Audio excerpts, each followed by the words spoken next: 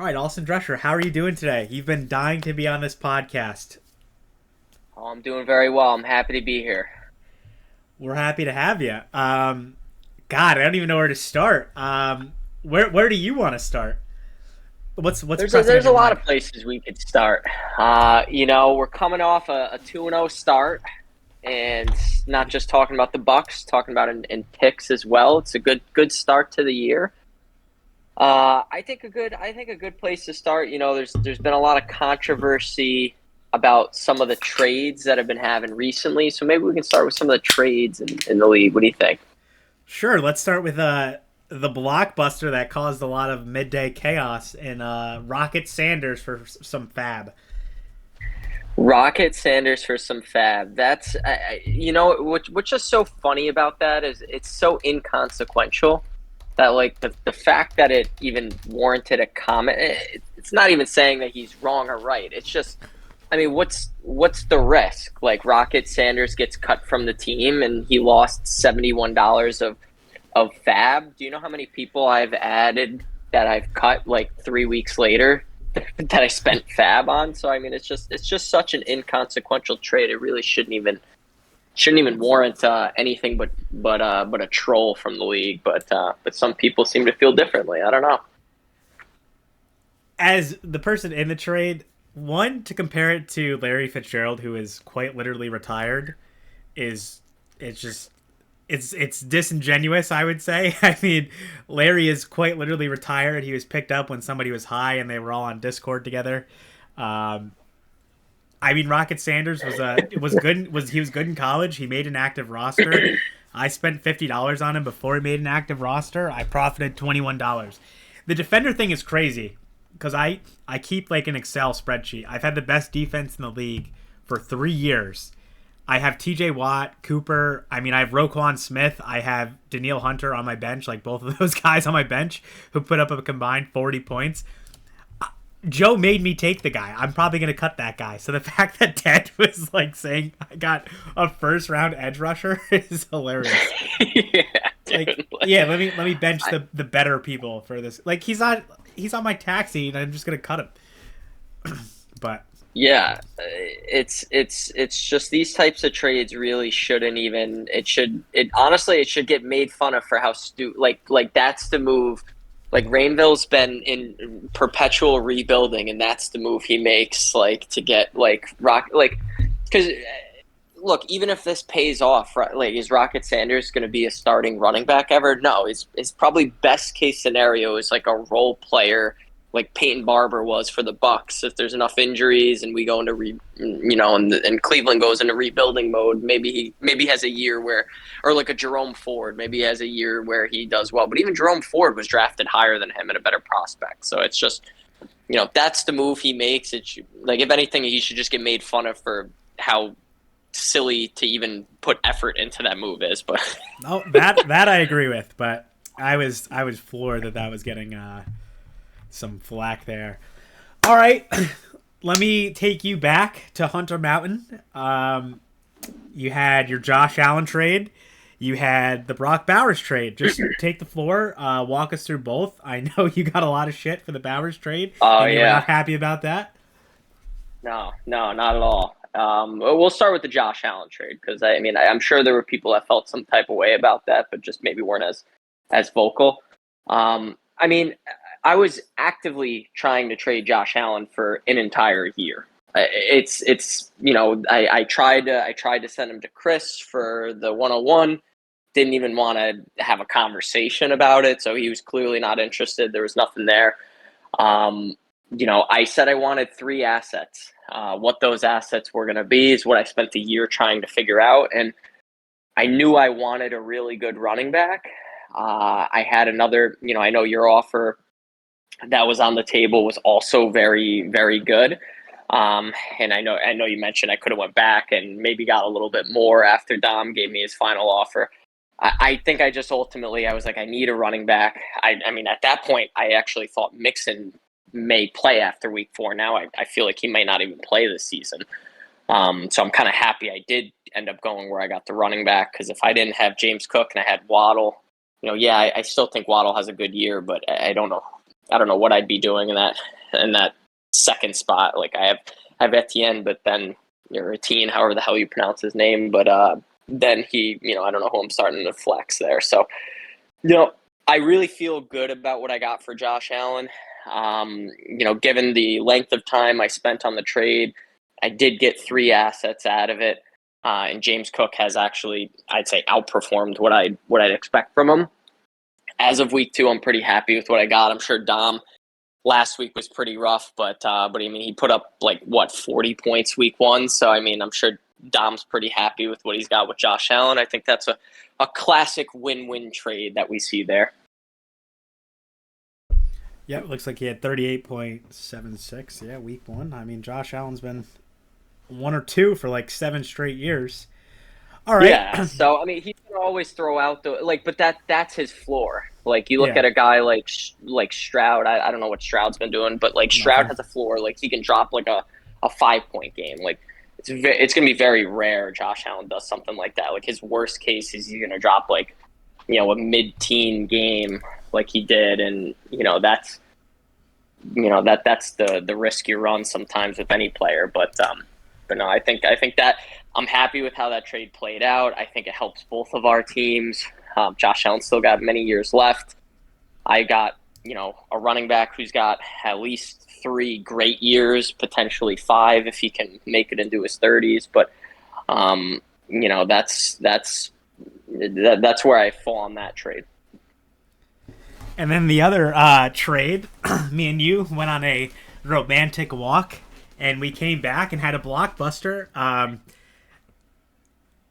Yeah, do you want to say how that came about? Your feelings on yeah, I've been itching to talk about this trade because it's so you could figure all right, maybe I like Joey's side better or Austin's. It sounds like everybody likes your side a whole lot better. That's fine.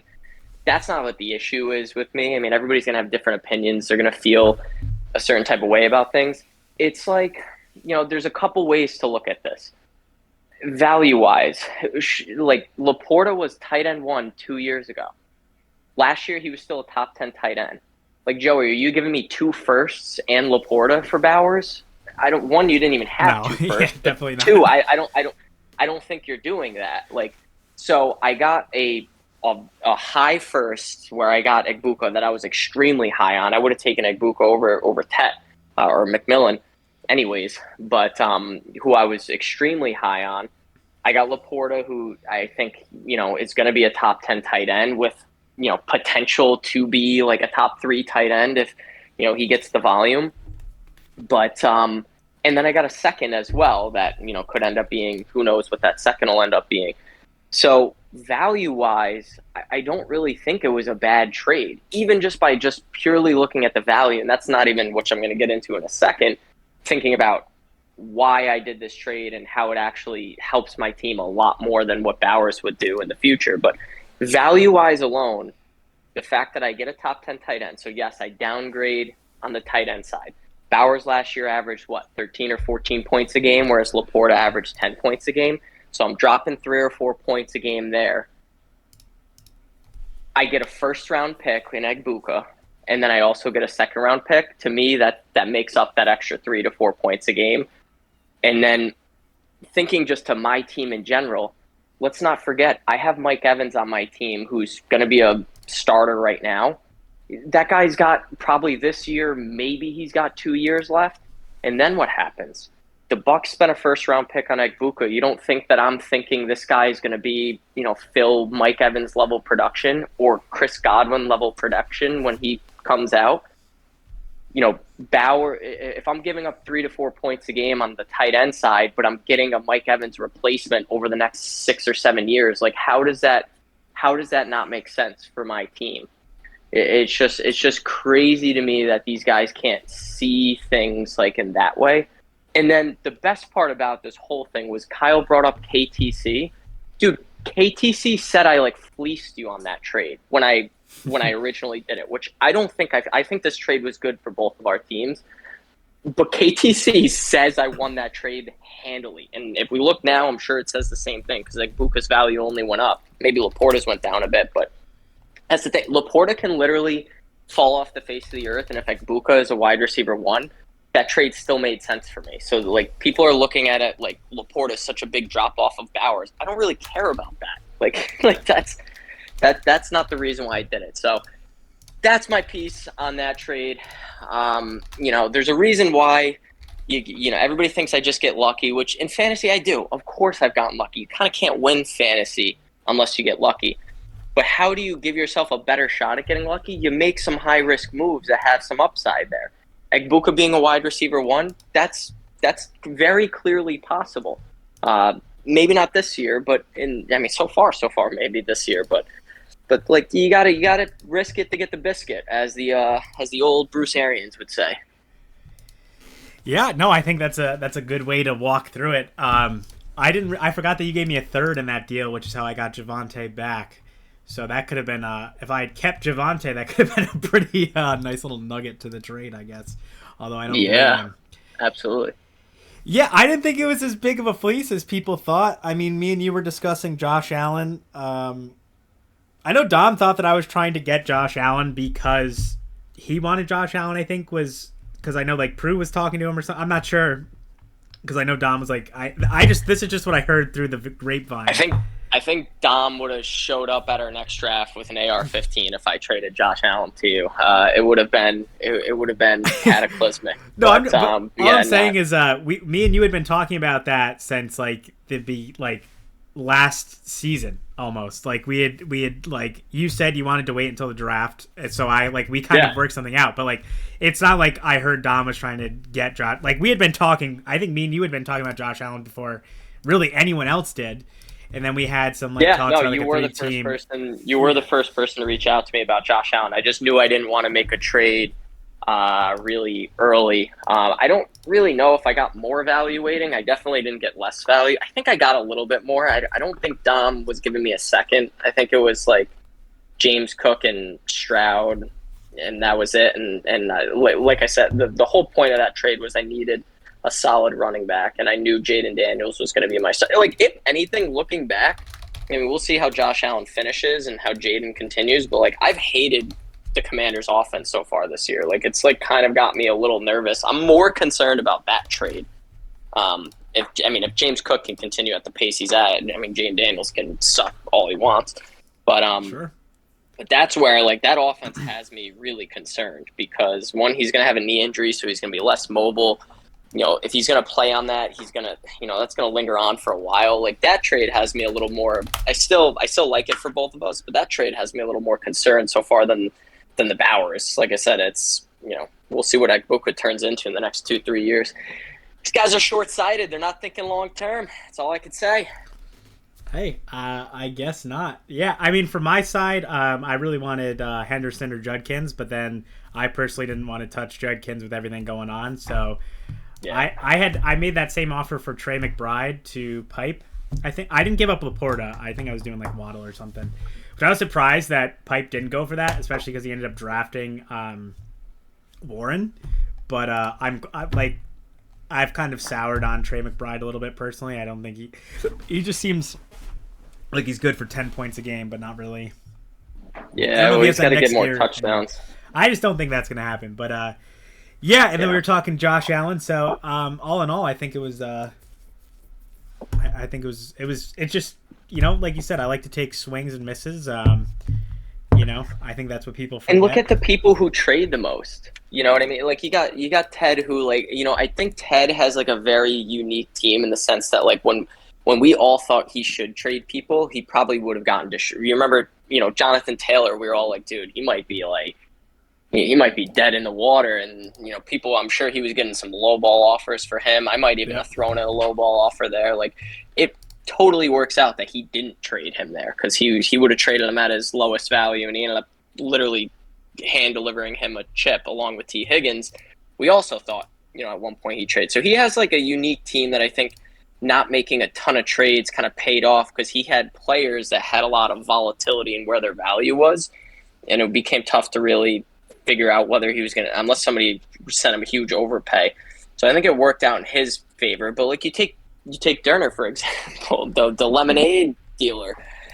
He didn't do a lot of trades, and he probably very happy he did so far to start the season. Yeah, I Because think he'd be who only miserable if he didn't so he'd far. be he'd have no picks. Nobody would want those players. So like, trades in Dynasty are like a necessary piece to make your team, very up with the elites. If you just do safe moves, Even Ted, I mean, bought you Kittle. He bought Adams. Like, which sure, I yeah, mean, what Ted has it. He just hasn't, I guess, done it at the same clip we have. But yeah, Ted's definitely done a lot of trade, or done a good amount of trades too. But like that's the thing. There's very few people that have done not a heck of a lot of trades that it's really their team is considered a top three team. Like that's it. If I keep getting fleeced, how is how is my team considered one of the best? Am I just that lucky? Just everything goes right? Like no, it's because I'm making a lot of different moves. I'm measuring risk and trying to give myself an opportunity. But yeah. definitely. And then the other trade that we made that at least I know one person said he got fleeced, which blew my mind. The Mike Evans ETN deal that we did. Oh my god, yeah. Oh, I'm happy. I forgot about that one. I'm happy you brought that up. There was that. Is that one person? Is his name rhyme with Blathew? It does indeed. Yeah. No, I mean that trade. It was there was two sides to it. I think I lost one side, and this is pre before how things unfolded. In the trade, I thought I was losing on one side and winning on the other, and I think that balanced out. I think let me go back to exactly what it was. You got Mike Evans, Yeah, ETN, first and a second and 28. I got Flowers and Caleb Johnson. yeah. I think it was. I think the way I looked at it was I got Mike Evans and Etienne for Flowers, and I got a first and a second for Caleb. And I looked at that as I had immediate profit on Caleb. I drafted him with the 114. Yep. And I was probably losing a bit on Zay Flowers, which honestly, looking back, it still probably factors out that way. But again, I looked at that as I think the Bucs offense, they were the number 3 offense in the league last year. I think Mike Evans has got another year in him. He's going to put up a low end. So far, he's kind of sucked this year, but we're missing 3 starting offensive linemen. So when we get them back, we'll be all right. I think we'll put up low end wide receiver 1 numbers.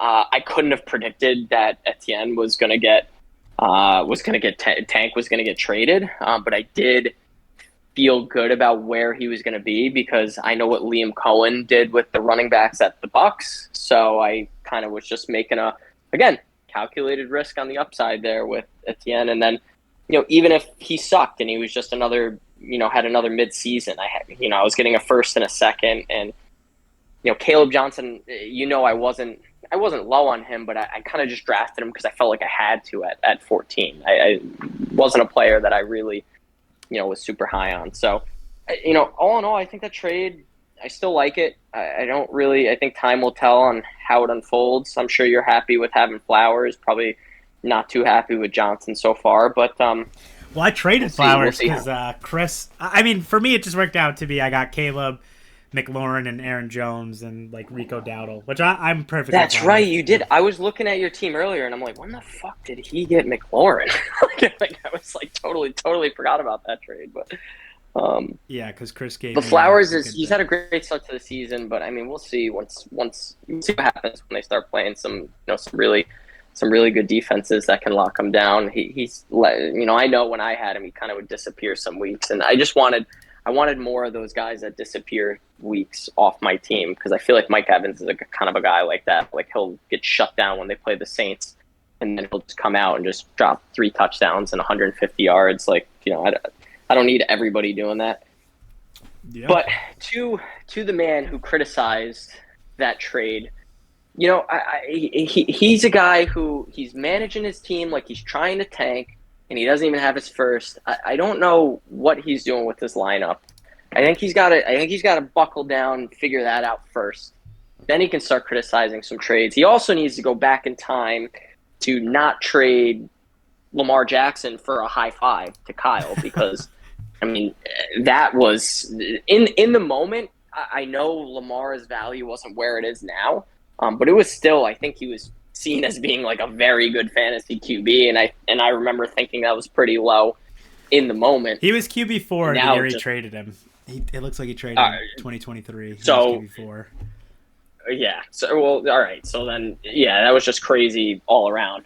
Looking at that, this guy, everybody thinks you're fleecing people, and this guy Kyle has going around. I think I figured out his strategy. Hey, you know, I know he mentioned in the podcast I get mad because he lowballs, and he does. But I think his strategy is I'm going to throw out 100 lowball offers. All I need is 2 or 3 to connect, and that's going to take me to the next level because he took Chris out behind the shed, told him to look at the flowers and the beautiful sunrise, and then pulled out a shotgun and blew his head off for A-Chain. And then, you know, he got Lamar for a high. He gave Matt a high five, and then he gave him Lamar because he felt good. Like Kyle has made out like a bandit in some of these trades. So I think we got to start looking at what he's doing a little bit more. But I want to say, you know, Matt actually, after I traded for Travis Etienne, reached out and he was like, hey, you know, I'm still interested in him. And all I said was I kind of want to get, you know, what I paid for him, which I looked at, you know, that was a couple seconds, which again, I can't, seconds have what, a 25% hit rate? I might even be overestimating. In a 14-man league, you have maybe a 25% chance a guy you draft in the second round becomes a starter. You know, you don't think Travis Etienne has a 50-50 shot at being good again? Like, I just don't know how you don't trade 2 seconds for a guy that you like. Like, you went into my DMs to reach out about a player. It's another pet peeve of mine. You reach out about a player, and then I give a value, and you're like, you know what, dude, he's got a lot going. It's like you reached out to me about the player. Like, don't try and say he sucks now. Like, you want to buy him for a reason. So that's pretty fair. That is yeah. What did you think about Kyle's? Yeah, that's interesting. The lowball thing, because usually when me and you make a lot of deals together, I don't think I've ever just sent you a deal. I text him like, hey, what do you want for this player? And that's what I do with everybody. I don't like really just like send people. I mean, sometimes I do, but I more so like I ask. I'm like, hey, what do you want for this player? And if I don't have that specific asset, I go out and try and find it. That's like my strategy. That's why I'm confused when people say I fleece people, because I almost always just ask someone else what they want, and then I try and get it. And then, like, you fleece them. I'm like, well, I'm giving them what they want. Like, this isn't something that I sent. You know what I mean? Or, like, came up with. So it's always interesting to me. Yeah, no, that's why negotiating with you is easy, and that's why we make a lot of trades, because you're like, hey, what do you want? I tell you what I value, Matt. If you don't have a pick or whatever, you'll bring up a player. I'll tell you what I value them at, and then we go from there. Like, that's the thing with trades too, and that's how you negotiate. Is there's 2 parts to a trade. There's value wise, and then there is how does this fit your team. Anybody who's reached out to me sometimes, I'll be like, hey, value wise, that's there, but I just don't like the way my team looks when I do that. It's because like there's a math behind, you know, looking at how many points. Like, it's why I brought up with Laporta. Like, I lose 4 points a game by giving up Bowers for Laporta. But if I can, in the other parts of the trade, make up 4 points per game, then as long as I'm not getting fleeced on the value, my team ends up better overall with that. Like, that's how you, hey, you know, what do you want for this player? What are you looking for? Are you looking for picks? Are you looking for play? Like, that's how you really negotiate, and you come to a deal that you're both happy on. And look, you're not going to win every trade. Sometimes you're going to like a player, and he's going to, you know, drive 160 miles per hour and murder somebody, and then he ends up in jail for 7 years. You know, some things are just out of your control. But if you take risks in fantasy, you know, you got to win the league once every 10 years to get your money back. Like, take some risks. They just got to pay off a few times, and then you get a W, and then you can blow your team up and have fun. No, I agree with that. I like taking the risks. I'm right there with you. I mean, I have the most trades. I just gotta have fun doing it and seeing what happens. Yeah. What did you think of? Because you were speaking about Kyle. I know you were vocal. I mean, you guys are basically like rivals at this point. Would you agree with that in fantasy? Yeah, Kyle. Honestly, on the podcast, I liked his takes. Like I said, I just wanted to correct the whole He said based on KTC, I got flipped. With the Bowers trade, KTC was on my side, so I needed to correct that. But I liked everything he said on the podcast. I think he made a lot of good points. He earned some respect back. I think he's become a lot better of a fantasy manager. He has taken more risks. Obviously he's been the benefactor of some trades that went his way, but I think that you could say that about any of us, really. I mean, you kind of need trades to go your way to have a good team. If they don't, then if you don't get enough things going your way, you're kind of screwed. But no, I like Kyle's team this year. I think as long as A-Chain stays healthy, he's going to be a beast.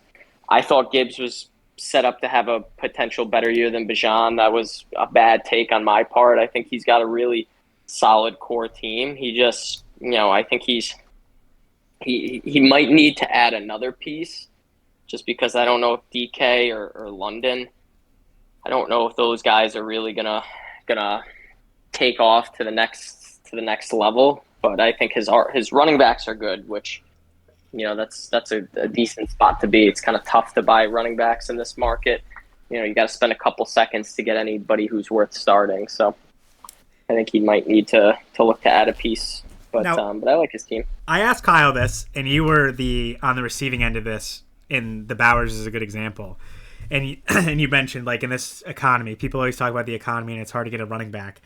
Do you think that's due in part that it seemingly every time a trade is made, people are like yelling like, dude, you're an idiot, you got fleeced? Like, do you think if there was less of that more deals would get done because people would feel less, like, I guess the word would be apprehensive, maybe? Do you think that has caused people to, like, dig their feet in and have to try and get that extra third to get a deal? You know what I mean? Do people care too much about the perception?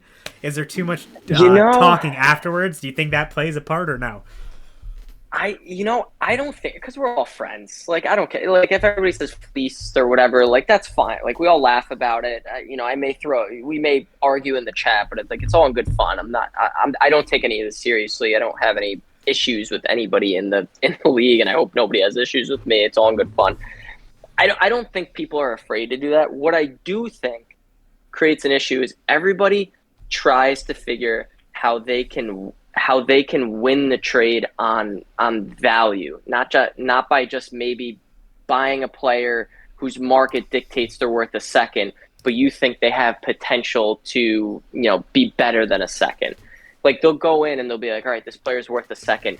How can I get him from this person for less than a second? Like, they're like going into trades as if it's Pawn Stars. They have like their evaluation, and then it's like, all right, this is worth $1,000. I'm not paying more than $800 for it, though. Like that's how I feel like a lot of people approach these trades, and that's where I think the negotiations a lot of times stall out. Like, yep. If a player's worth a second, it shouldn't even be a conversation unless you're paying a second or more. Because sometimes in order to get somebody to move, you got to give them a slight premium, and maybe you're not willing to do that. Maybe you're. I think I was sharing with you in one of my redraft leagues. I have Burrow. Everybody's trying to fleece me because they know I need a quarterback, and they're trying to get me to like give up a player at a discount. I'm not willing to do that. Some people might be willing to do those types of things, and that's where the negotiation comes into play. But I think the biggest thing in the running back market is I think people approach a lot of trades like they want to try and get. Like they're perceiving a good deal as like, hey, I got this player is probably worth this.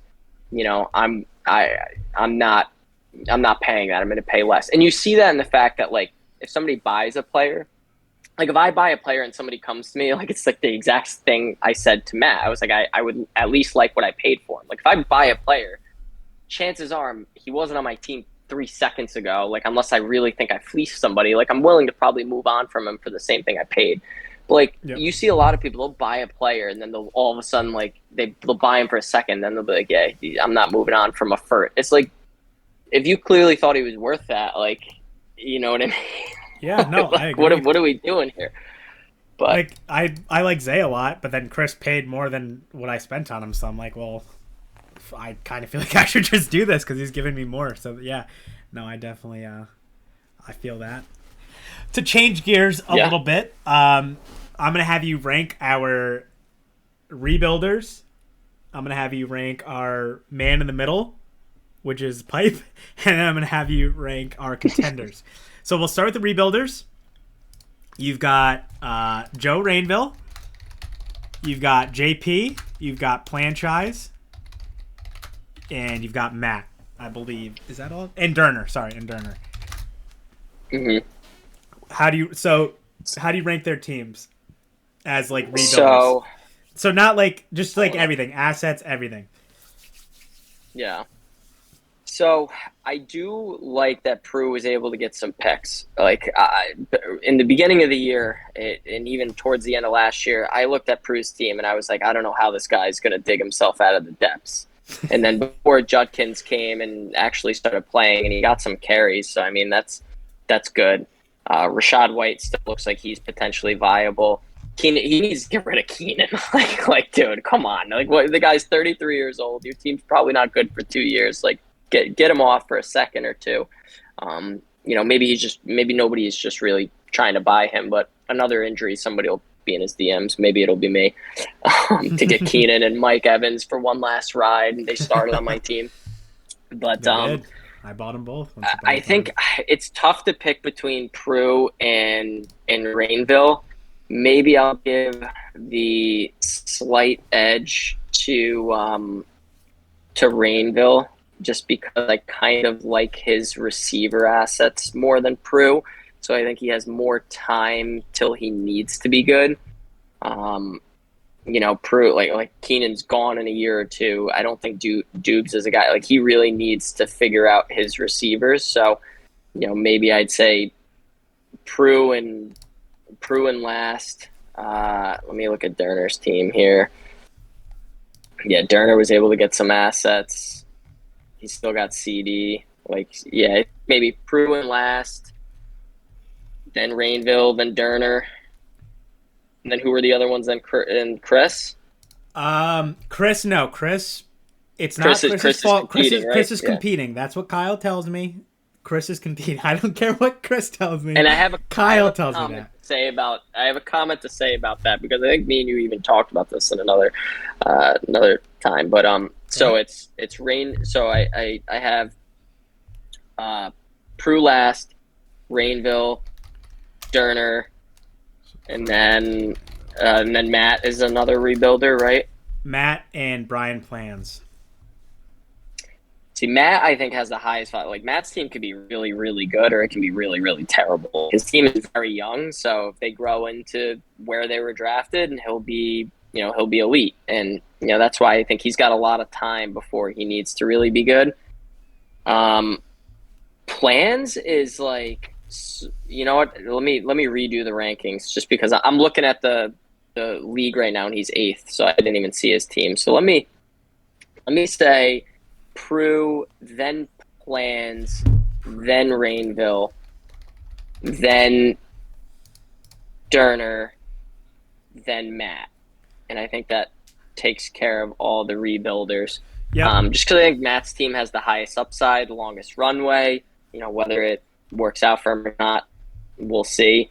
I got to give kudos to Plans, though, because I could tell you I looked at his team a year ago, and I was like, I don't think this guy will ever be good. And I kind of like his strategy of collecting every single third in the league because if he, for every 10 thirds he has, one of them will probably hit, or maybe he moves it into somebody who can. So, I think Plans is on the way. He's made some questionable moves, but we're all going to do that. Plans, he was the worst team in the league by a landslide, and now I think I'd put him ahead of Prue. I like that Prue was able to get some moves, but I think he's got to do some other things before I can actually think he'll be good in the next 5 years or not.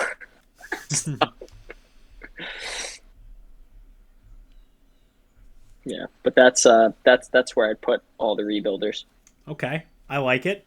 Then we have Pipe, the man in the middle. Should he rebuild? Should he go all in? What should Pipe do, in your mind? I mean, the guy has 0 receivers, which we knew going into it. He's got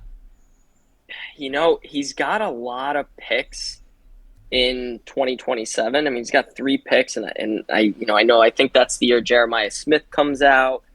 It is. I don't know if he should go all in because that's a receiver that I'd be willing to wait for.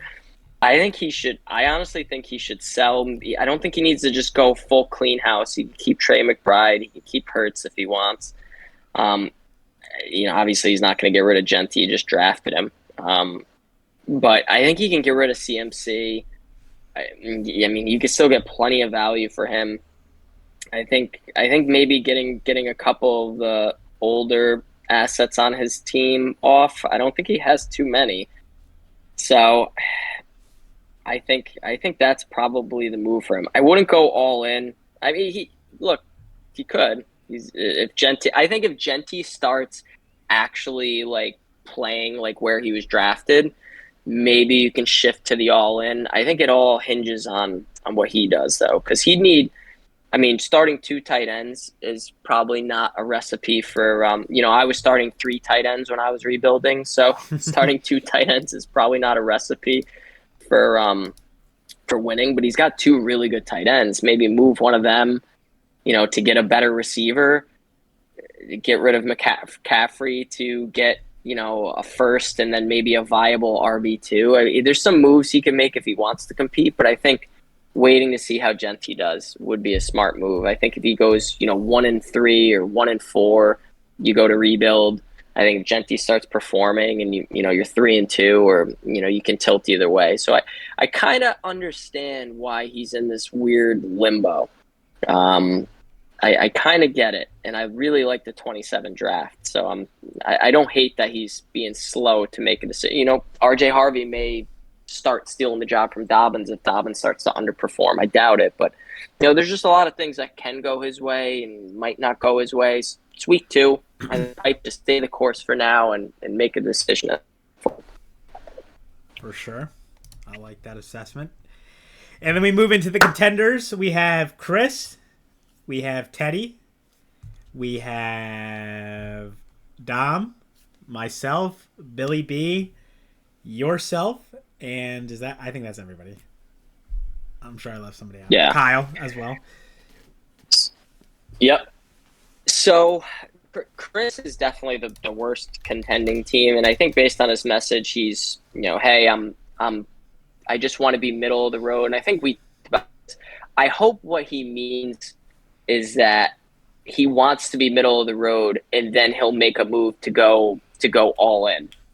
I hope that's what he means by that, because if he means, hey, I just want to finish the season in like 8th place, that's like the worst spot to be in fantasy, because your draft picks are lower in value. Your team's clearly, there's 7 people in front of you. Your team's clearly not good enough to be great. So all you did by finishing 8th place in that given year is just hurt your draft picks, whether you're trading them or whether you're drafting. So, I don't want to assume, but I hope he means, hey, if I go 3-3, I'll make some moves and go all in. Or, I'm hoping just my team is set up to be decent and then I'll go all in.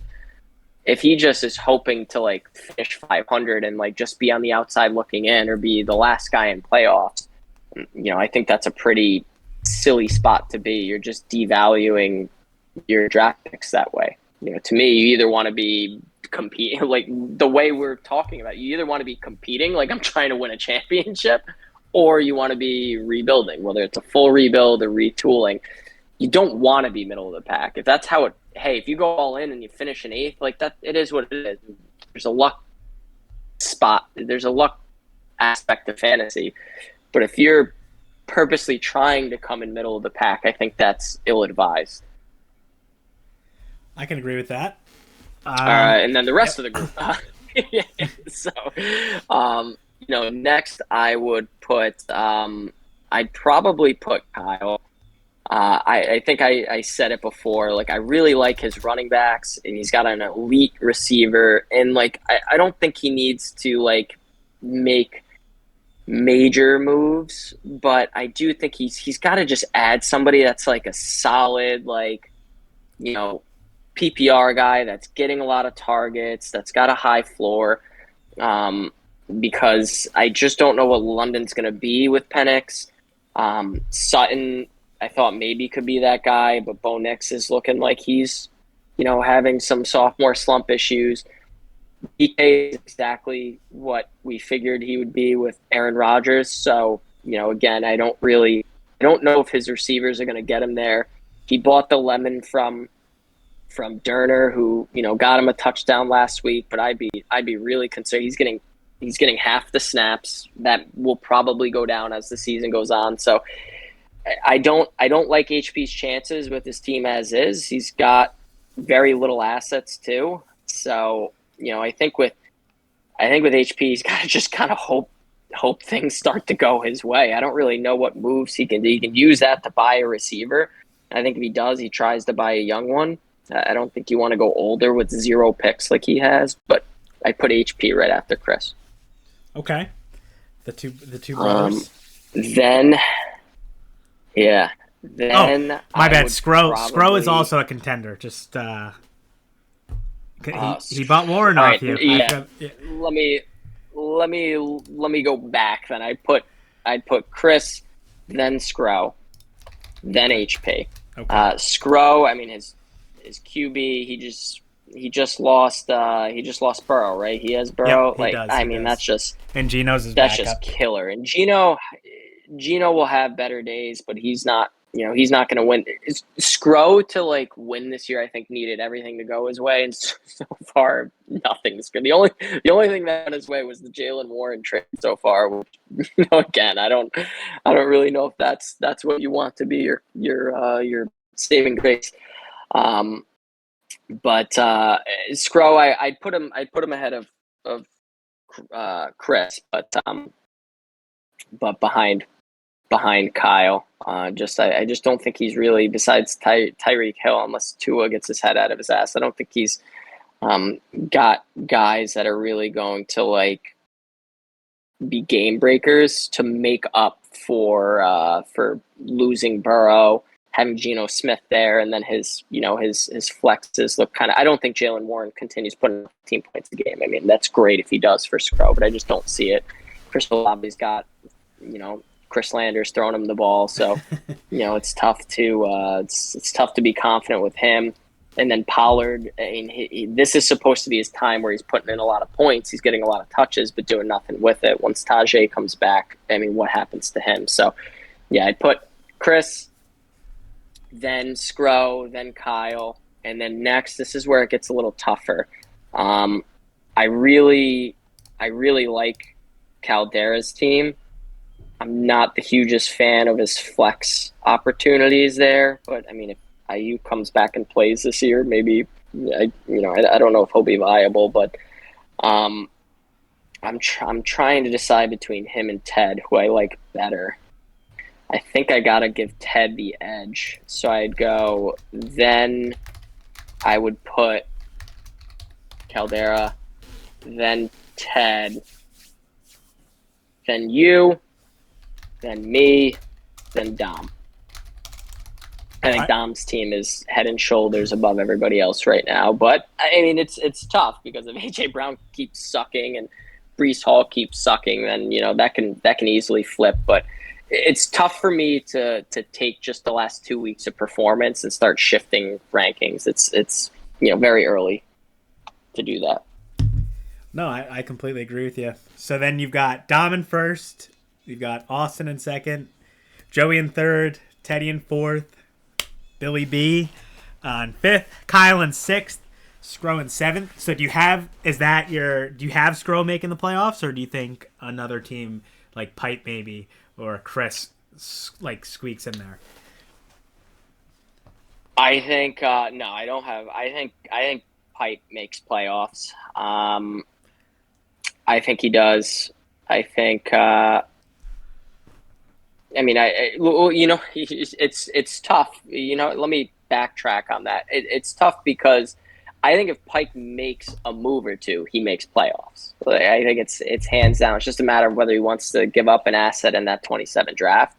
I think he's got the best chance, depending on how the season unfolds. He has the highest opportunity to make playoffs. But I think if we just assume the team are as is, nobody makes any changes to them. It's just strictly what their teams are right now. I think I have Scro making the playoffs because I just Chris's team is extremely young. It's super volatile. I don't really I don't think all of the rookies are going to hit. Like if Hampton hits, Yeah.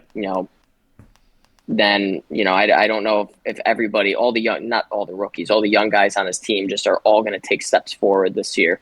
Like the Hampton hits, maybe Trey Benson doesn't take the spot from or take share from James Conner. Jared Goff's not going to put up 34 points a game probably with that O-line. So, I think teams as is, I got Skrull making the playoffs, but the best when we consider the assets, things that they can do, and looking at their team, I think if Pipe makes a move or two, I mean, he's definitely a playoff team. Probably, might even give Kyle a run for his money. Yeah, he's put up a lot of points so far, honestly. His team is doing pretty decent, especially all things considering with his wide receivers he has. Yeah, that's what I mean. Like if he really has a team to that can be it's a move or two. Like he's got Jaden Higgins who got him 3 points. Like you get a receiver that gets you 15, that's 12 points a game. You get an extra 12 points a game, then he'd be at 240 right now, which puts him right up with you. You know what I mean? So it's one of those things where he's like a move away. He's got 3 firsts. He easily can do it. It's just a matter of whether he really wants to, and I think that hinges on Genty. If Genty keeps putting up 6 points a game, I think you just pack it in, sell CMC, and really stack up for next year. If Genty at least starts averaging a good yards per carry, you can rely on him to get you at least 10 points, and then if he gets a touchdown, maybe he throws up a 20-point game. I think you make a move, you get a good wide receiver. You can probably live with Calvin Austin or somebody as your second receiver, even though you probably should try to get 2 guys, really. I just don't know if he wants to give up two maybe give up his 28 first and then like Caldera's 27 first. Joe's team's probably good for a while. He's got a young team. You give up those 2 first. I think you can get 2 or even 3 solid assets. You fill out your starting wide receivers. You get a decent flex. Who knows? Maybe the 2 tight end is the meta this year with Warren and McBride. But I think he makes those moves. He's easily like a really good team. But it just hinges on Genty, because if Genty continues putting up 6 points a game, you don't move off him. It's his rookie year, but maybe this isn't the year you go all in. You know what I mean? Yeah, you let him get a little seasoned. Let's conclude with this. Who do you think makes the next trade? Like, who do you think is the next person? What trade do you predict happening next? Or who are you looking to sell? Next person to make the next. Who am I looking to sell?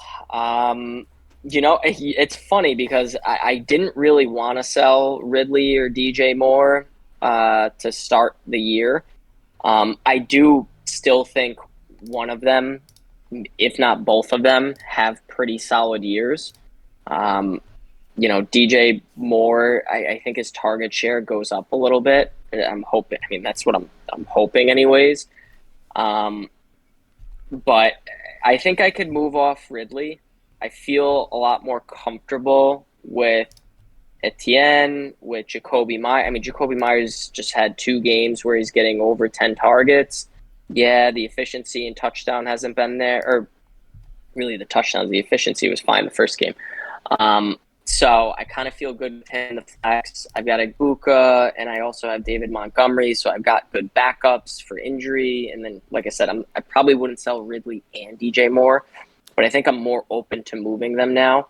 And I just hope Joe Mixon comes back and plays this year, because then I'd really like my freaking team. But those are probably the guys who I'd be looking to move: Ridley or DJ Moore. I'd move Montgomery too, but I kind of like him where he is. So I'd be more willing to move those. I'd probably need a slight premium to move Montgomery. If he's worth 2 seconds, I'd probably want a little something on top of that.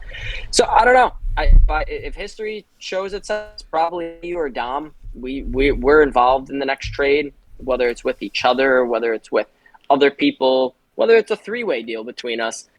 One of us is going to be involved in the next trade. I've already said I think Pipe really should do a trade, so it's probably one of us. I don't know. Maybe one of us buys CMC after this. We'll see. Anything is possible. Is there how do you want to end the pod? What do you want to say? I'll open up the floor to you. How do you want to end it? Listen, all I want to say is, look, I'm not going to get every trade right. I'm not going to get every trade wrong. You know, I manage risk for a living. It's what I get paid to do. Yes, it's with money, but I mean, the logic is the same, really, when it comes to fantasy football. My market leader literally manages our office as if it's a fantasy football team.